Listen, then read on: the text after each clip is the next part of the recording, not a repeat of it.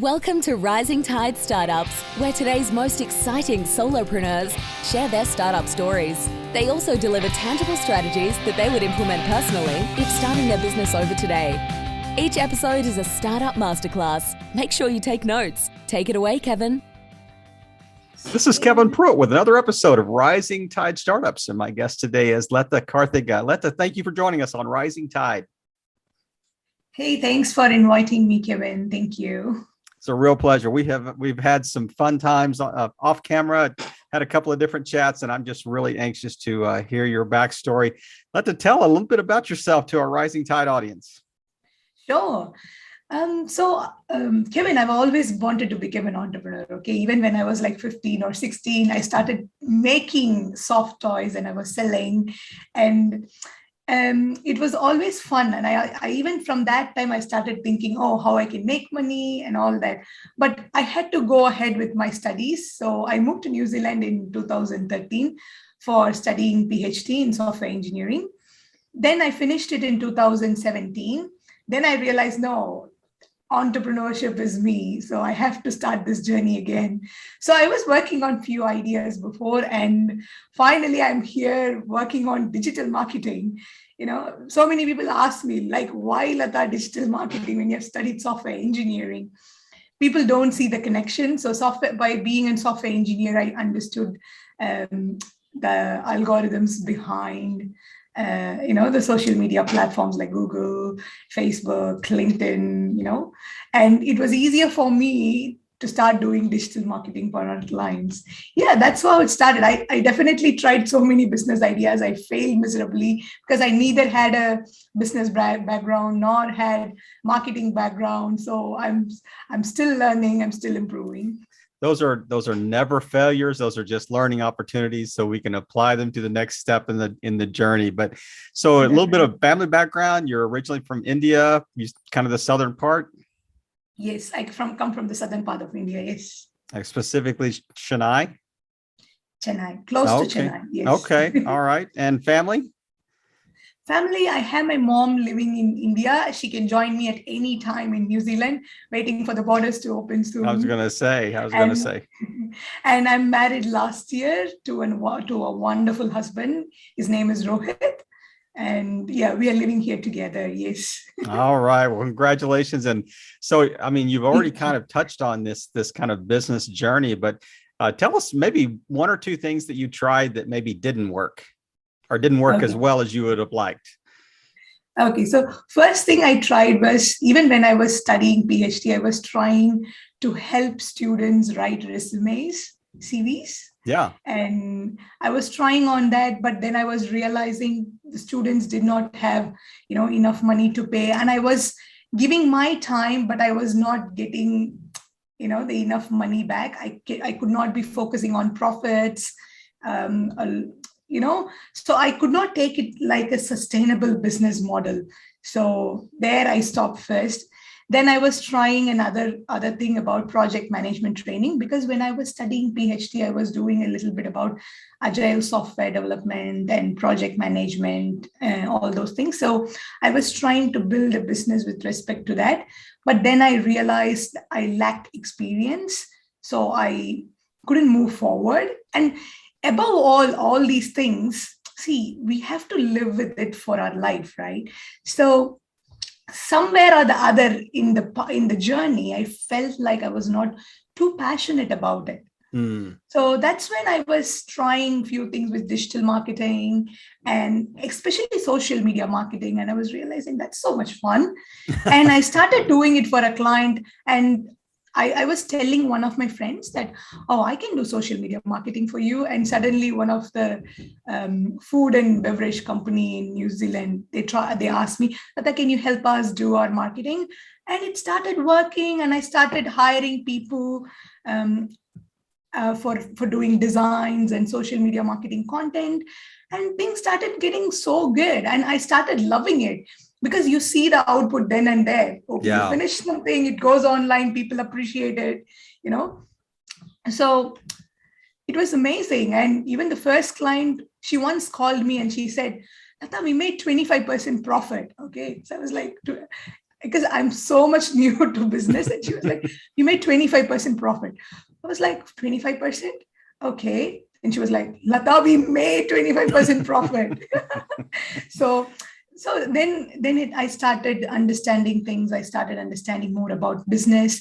Slowly, we started niching down because I understood the importance of growing business, scalability, right, profitability.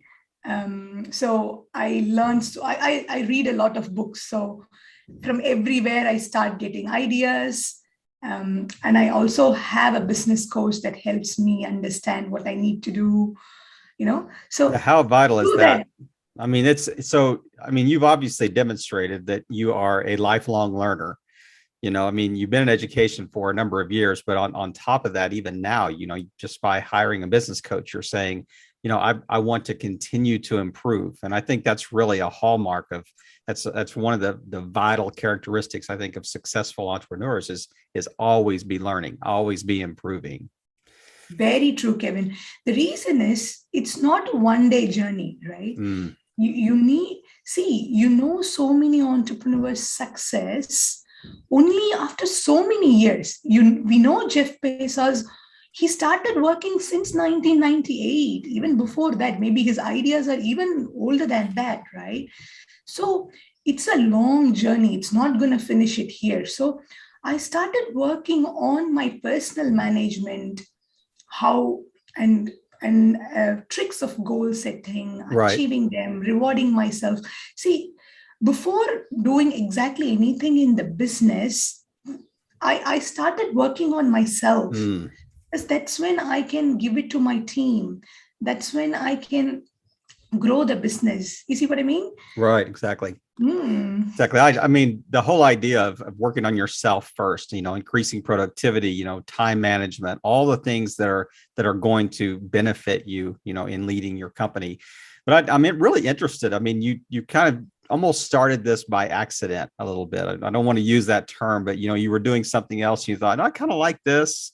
I'm going to try to apply some of my, engineering learnings and knowledge and expertise and see if there's like a kind of a cross industry application here, that really matters. And what are some of the things that you learned really early that you think were really beneficial, related to, online marketing, digital marketing? So the first thing is say, okay, as I said, it started accidentally, right? Yeah. Actually, what happened was I was working as a lecturer and head of the department in one of the colleges in New Zealand when I was studying a PhD. Okay, so what I used to do is when my students do any projects, so they were all electrical engineering students. I was teaching programming, the hardware part of it. So as soon as they finish, I take a video of them talking about their project and put it on social media of the college page. So it started attracting more people's attention. We didn't realize, and college started getting admission because of those videos. Okay. Wow. So so many reaches. It started reaching 2,000 people, although we had like 200 followers or something, and it started reaching 2,000, 3,000 people. That's when I realized the power of story and power of video. That's early in the process that I realized. So even now, when we have any clients, I tell them, as much as possible, show your face, talk through it, show your gestures. That's when people try to trust you, work with you, build relationship. And one more thing I realized is when you're on video, people subconsciously think that we are talking to them, and they think that they know us one-on-one. Exactly. Yeah, exactly. Yeah, that makes so much sense. I mean, this whole idea of connection, it's a visual connection. It's also an audio connection. It's information connection. I mean, it's relational, all the things that you really want to, I guess, utilize in connecting with your audience. So as you started this, what was kind of the tipping point, so to speak, where you thought, this could really actually be a business here? Sure. I think it is exploring opportunities in digital marketing. That was the starting point, understanding what are the options here, what I'm excited about doing. That's the first milestone, I would say, because I started understanding, website development we can do. That's interesting. Because, of course, I studied software engineering. So that's almost related to, we still study web technologies when we did software engineering courses. Okay. So that's exciting. So exploring what is part of digital marketing was the first milestone.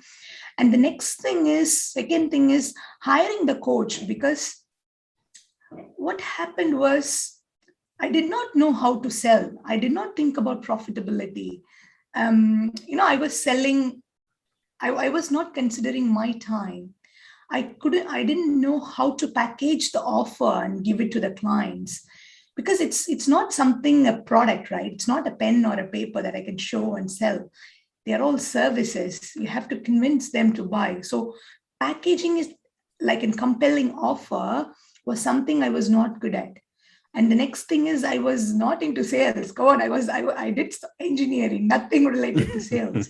So hiring a coach who was far ahead in the journey in terms of offer, package, sales, all these helped me in bringing it up front. Then I started thinking about profitability. After that, currently what's going on is scaling the business. How now I have 16, 17 clients, how I can grow more, now that's the thinking going on, that's the next milestone. I've talked to a number of entrepreneurs, and I don't know that anybody would have said what you just said if you said, okay, now that I thought the business might work when I had 16 or 17 clients. Most people would say, if I had 16 clients, I am okay. I am doing great. And you're already thinking about what's the next level, beyond that. But how did you, there are so many people that talk about hiring like a business coach or a personal coach. How did you find one that you could trust, because there's so many different options out there and so many people just trying to sell programs and things like that. How did you kind of narrow down to that one person that you thought, I think they could really help me? First of all, Kevin, I thought someone who is much experienced would be able to help me. Okay. So I once found my business coach's book online. So I was reading through it, and at the end of the book, he said, book an appointment with it. That comes as a complimentary stuff. So I booked an appointment, talked with him. He sort of clearly understood what problem was I facing at that time. He clearly identified that, and he just set some milestone for me to achieve. And so how I landed up was clearly like he understood me. He understood all the pain points that I had in the business. So I thought, okay, he has already done it. He is running a big consulting company in Australia. Okay. So I was like, okay, he has done it before and he should be able to help. And he was so much into sales. And okay, I thought like that's him. He has around 25 to 30 years of experience in the market. So if this is the person I'm thinking about, he's also a really nice guy too, right? Yeah. Yeah. It's Peter. Yeah, exactly. You know him. Exactly. Actually, he was a prior guest on Rising Tide. So yeah, Peter was a great guest. And so once you started working the code, was it difficult to really be kind of all in, or did he ask you to do some kind of difficult things along the process? Definitely. Every time in every milestone I had this. Initially, what happened was because I was all by myself. So even the posts, designs, I was doing it, right? Yeah. So you can't be professional in everything. That even when I see some kind of digital marketing ads, job ads, like you should be proficient in SEO, you should be proficient in website development, you should be proficient in designs, that software, this software, that's not going to happen. So definitely when I was doing it all by myself, it was hard. But every time, one by one, I started hiring people. First, I hired a designer because that's the first thing we want to be more proficient in, right? So designer. Then I thought, okay, I need a good developer, website developer. Okay. So slowly I hired. Now we have 15-member team and who is very good in each of them. So, SEO, designs or content writing. So we have the best. And then also another big problem happened. So I was doing certain tasks over and over in the business. I was running out of my time. That's when I hired an executive assistant for myself. So I think it is important for an entrepreneur to use other people's time so that we can free out ourselves and focus on more high payoff tasks. If I'm still sitting and doing the $10 per hour job, I can't even be thinking about $100 an hour. Yeah, no question. Same, even if I'm still doing the $100 an hour job, I can't be focusing on improving. So that's one of the biggest lessons I've learned. It feels like, okay, it's just 1 hour, I'll just finish. It's okay, I don't have to hire someone, just 1 hour extra. But that drains your energy. It's not 1 hour. It is much more than that. It stops you, drains you. It almost stops you from thinking what next, what's the big thing. So I would highly recommend everyone to just think about using other people's time to improve the business. That's helping us quite a lot. So did you initially hire people kind of as contractors, or did you actually bring them on as full-time employees, or did you kind of start as a contractor and think, okay, I'm going to hire you on a project basis, and then if we have enough work, then I'm going to hire you, kind of as an employee? What was the path you took there? So definitely it was first contractor. Then they started working based on projects. Because see, we can't be making mistakes, and I don't want to hire someone and keep them. And if any mistakes happen, we have to be answerable to the client, right? So I want to make sure they are the best in the industry. So first contracting, then they'll work on project based. And once we realize, okay, they are the best, they'll be part of the business. They're full-time employees. Yes. I think that is so wise. Sorry. Yeah, I think that is a wise path, to take, because you almost, as you scale a business, you almost want to scale your workforce as well. I think that's a smart way to do that. So I didn't mean to cut you off. Go ahead. But when I hired my executive assistant, I hired them full-time immediately because I knew all the job description that needs to be done. I had all the processes all done. So for that alone, I hired someone full-time immediately because I realized someone needs to be there along with me, so that's one thing I did like full-time immediately. Yes. It reminds me of the book, The E-Myth, that talks about, working on your business instead of in your business. And, I think you really took that to heart, on developing your team. So tell us what first of all, tell us the name of the company, and then tell us where it is today and where you might see this grow in the next, say, 2 to 3 years. Sure. So the name of the company is Brandupwise Marketing, and we are now based in New Zealand. So where am I seeing the business? Kevin, as I told you, I want to scale, right? So I'm currently thinking of digital products in the business so that we can grow. Or it's not now, it's like tens of people. Slowly, I want to build digital products for hundreds of people. Slowly, I want to build digital products which can be used by millions of people.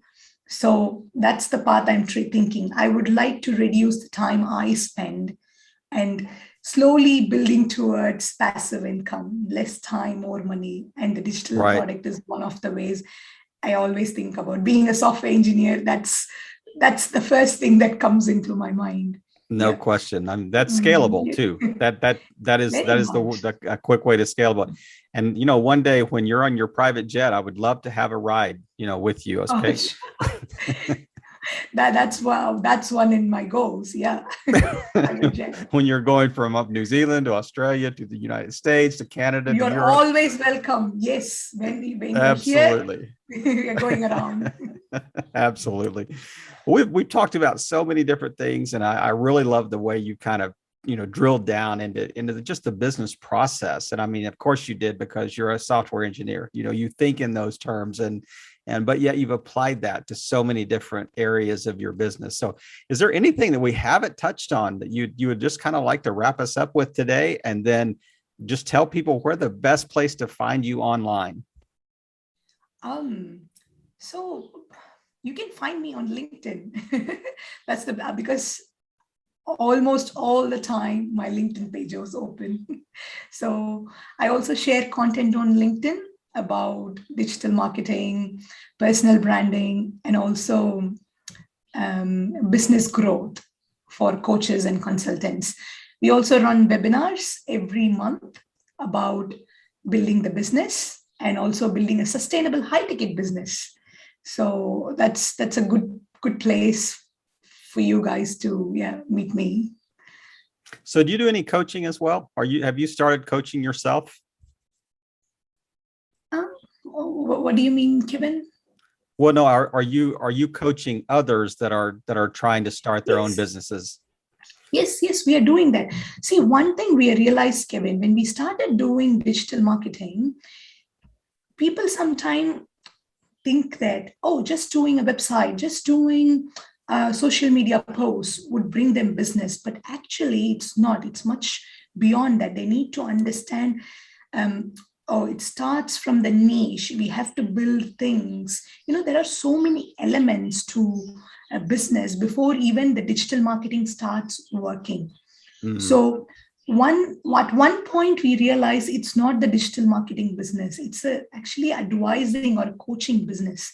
So Brandupwise is currently actually coaching and also providing digital marketing services, because that when goes together is when a client wins in their business. Does that make sense?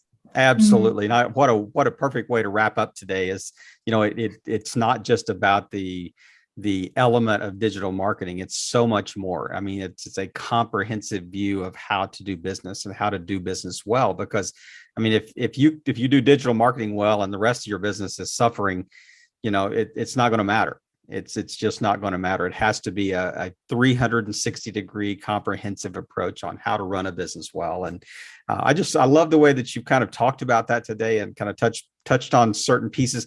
There's so much more we could cover, but we are just going to wrap it up right there today. And tell us maybe one thing as we wrap up today. Tell us one thing that you know today that you wish you would have known when you first started your business that would have made life so much easier for you, that maybe would help somebody else in their journey. Sure. That one thing is the compound effect that I know today that I wish I had known before. The reason is, if I see, so many people think that overnight success is just happens overnight, but it's not. Actually, if you see, Messi said it took him 17 years, 114 days to become an overnight success.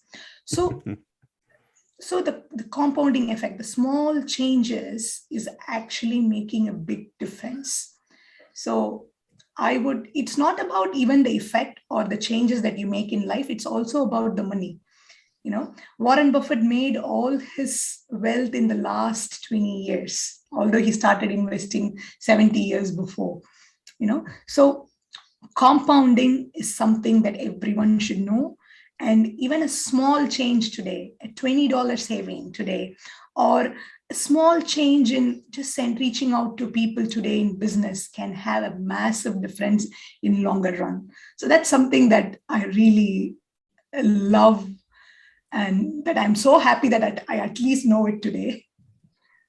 That is a great book by Darren Hardy, on the compound effect, and I encourage everybody to get that. But hey, don't stop there, because someday we're going to have a book written by Latha Karthigaa, and we're going to get to read that book for sure. And Latha, just thank you so much for just taking time to share your story, and give us, so much gold in such a short period of time. It's just about running a business, how to build your team, how to think through all the strategic aspects of really growing your business and to scale, and really just playing your part in helping all boats rise in a rising tide. Latha, have a great day.